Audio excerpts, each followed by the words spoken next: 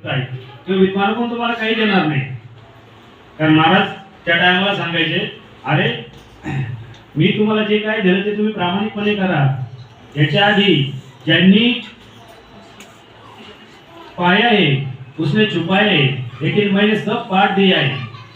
महाराज सांगितलं मी माझ्याजवळ काही ठेवलेलं नाही. मला जे तुम्ही सगळं काही मिळालं ते मी तुम्हाला दिलेलं आहे. ते तुम्ही करा, त्याच्यातून तुम्हाला सगळे मिळणार आहे. तुम्ही माझ्यासारखेच होणार आहे. हे महाराजांनी त्या काळात सांगितलं होतं.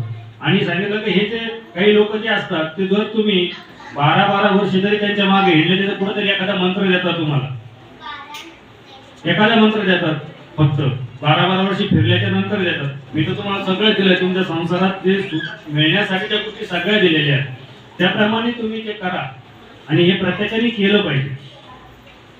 जी साधना आहे गुरुंनी दिलेली प्रत्येकाने केलं पाहिजे. जीवनामध्ये जो आनंद आहे तो घेतलाच पाहिजे.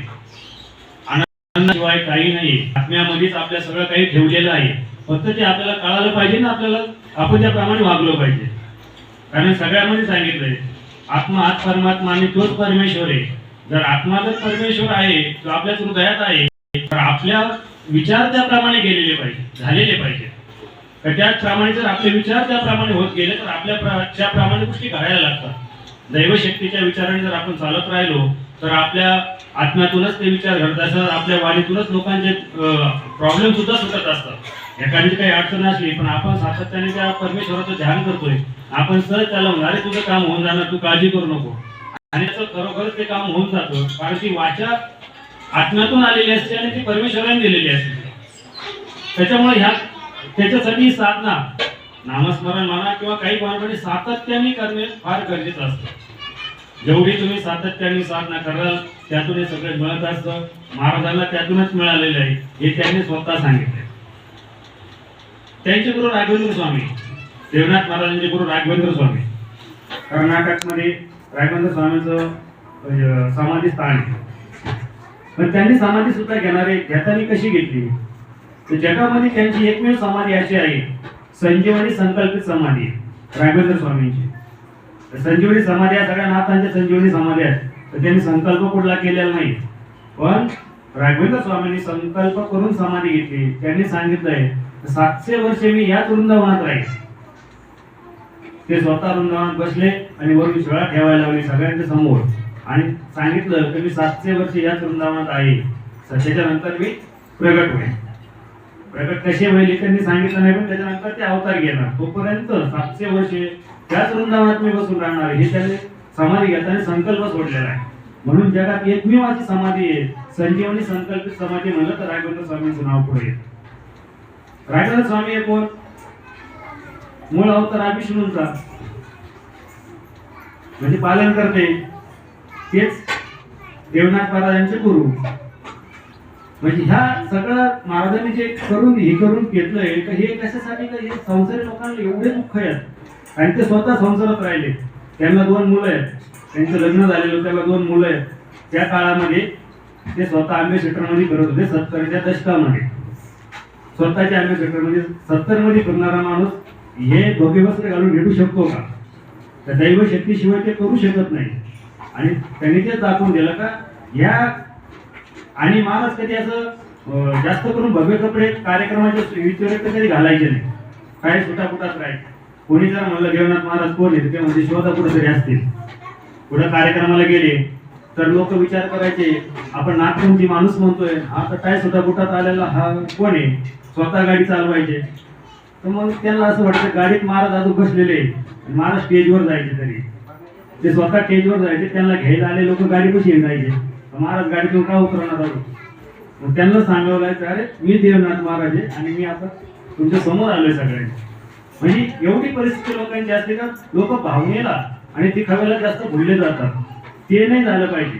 ते न होण्यासाठी त्याच्यासाठी महाराजांनी काय सांगितलं का प्रत्येकाला ज्ञानाने मनाला वैराग्य आलं पाहिजे. ज्ञान प्राप्त झालं पाहिजे. तुम्हाला प्रत्येक गोष्टी ज्ञान प्राप्त झालं पाहिजे. समोरचा माणूस तुम्हाला बघितल्याच कळालं पाहिजे कोण आहे बाबा, कोण असू शकतो हे ज्ञान प्राप्त व्हायला पाहिजे. त्यासाठी ही साधना केली पाहिजे. नऊ ध्यान योगाची साधना एवढी सोपी महाराजांनी सांगितलेली आहे का आपल्या सुरुवातीला त्यांनी सांगितलं की आपलं रक्षण करत आहे हे आपल्या आजूबाजूला असतात. त्याच्यामुळे आपल्याला पुढली साधना करणं अतिशय सोपं जातं. म्हणून त्याप्रमाणे केलं पाहिजे. ज्या लोकांनी गुरुमंत्र घेतलेला नसेल त्यांनी गुरुमंत्र घेतला पाहिजे. गुरु घेतल्यानंतर त्याची दिलेली साधना केली पाहिजे. त्याच्यात महाराजांनी अजून काही सांगून ठेवलंय का आपण जे ग्रंथ वाचतो त्याच्यामध्ये गुरुकृपेशिवाय काही मिळत नाही. एक वाक्य असतं. नाही, गुरुकृपा म्हणजे काय याचं बऱ्याच जणांनी त्याच्या कुशाचंही विश्लेषण केलेलं नाहीये. गुरुकृपा म्हणजे काय, गुरुकृपा होण्यासाठी काय करायला पाहिजे, काय असतं हे कशातही सांगितलं नाही. बऱ्याच ग्रंथांमध्ये हे करताना गुरुकृपेशिवाय त्याचा लाभ मिळणार नाही. मग गुरुकृपा म्हणजे काय? महाराज म्हणले गुरुकृपा म्हणजे एकदम सरळ एका वाक्यातच उत्तर आहे. गुरु प्रसन्न राहणे हीच गुरुकृपा आहे. म्हणजे गुरु आपल्यावर प्रसन्न राहिले ना हीच गुरुकृपा असते. वेगळी गुरुकृपा काही नसती म्हणले. मग गुरु प्रसन्न राहण्यासाठी काय केलं पाहिजे? आपण ती साधना केली पाहिजे. दिलेल्या कर्मावर आपण चाललो पाहिजे. दिलेला मार्ग आपल्याला त्याप्रमाणे आपण करत गेलं पाहिजे. त्याने गुरु प्रसन्न राहते. गुरु प्रसन्न होण्यासाठी काही असा वेगळा प्रकार काहीच नाही. पहिली एखादी साधना करा मग गुरु प्रसन्न होते असं नाही. गुरुने दिलेली साधना, गुरुने असं आपलं पाहिलं अरे याला मी दिलं आहे मस्त छान आनंदाने करतो. गुरु आपलं प्रसन्न झाले हसले समजा आपल्या गुरु कृपा आहे म्हणून ते आपल्याकडे एवढं चांगल्या भावनेने पाहिलं आणि आनंदाने आपल्याला आशीर्वाद दिला आहे. हीच गुरुकृपा असते. आणि त्याच्यावर ही गुरुकृपा ज्या लोकांवर राहील त्यांना या जीवनामध्ये कुठल्याही गोष्टीचं सुख दुःखांना जास्तीत जास्त सामोरं जावं लागणार नाही. सुखाच्याच मार्गाने ते जातील. हे महाराजांनी सांगून ठेवलंय. मग ह्या अशा छोट्या छोट्या एवढ्या गोष्टी महाराजांनी सहजपणे सांगून ठेवल्यात की हे ज्ञान प्राप्त व्हायला पाहिजे. ज्ञानाशिवाय पुढे काहीच नाहीये. त्या ज्ञानातून आपल्याला सगळं मिळत असतं. आणि हे आम्हालाही महाराजांनी ते दिलेलं आहे. ते कर्म आम्ही आमच्या प्रमाणे करतोय. आमच्याकडे काही चुकत असेल असं काही नाही. पण जे दिलेल्या कर्मावर आम्ही चाललोय म्हणून गुरु आमच्या पाठीशी उभे असतात. आणि ते प्रत्येकाच्याच पाठीशी उभे राहतील का तर त्यांना ते जे दिले त्याप्रमाणे करणारेच लोक आवडतात. प्रत्येकाला काही एकच गोष्ट देणार असं काही नाही. कोणाला वेगळे वेगळे देते. तू हे कर तू ते कर त्याप्रमाणे आपण जर त्याप्रमाणेच करायचं. कोण काय करतोय आपल्याला बघायचं नाही. आपल्या माणूस काय करतोय आपल्याला बघायचं नाही. आपल्याला काय कर्म दिलंय त्या शक्तीने ते बघून आपण तेच करायचंय. फक्त आपल्या कर्मावर आपण विश्वास ठेवून पुढे चाललो तर प्रत्येकाचं जीवन सुखी होतं. प्रत्येकाच्या जीवनामध्ये आनंद मिळतो. हेच जीवनात महाराजांनी सांगितलं.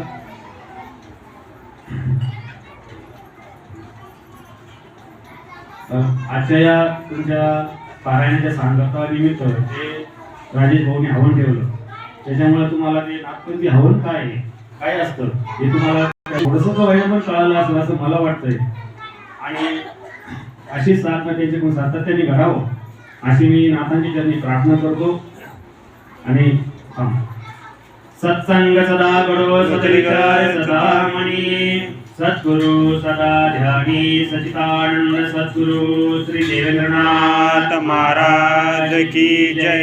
स्वामी श्री राघवेंद्रनाथ महाराज की जय. चैतन्य कानिकनाथ महाराज की जय. नाथ पंथ की जय. नाथ पंथी द्वैत पीठ की जय. आदेश नाथादेश.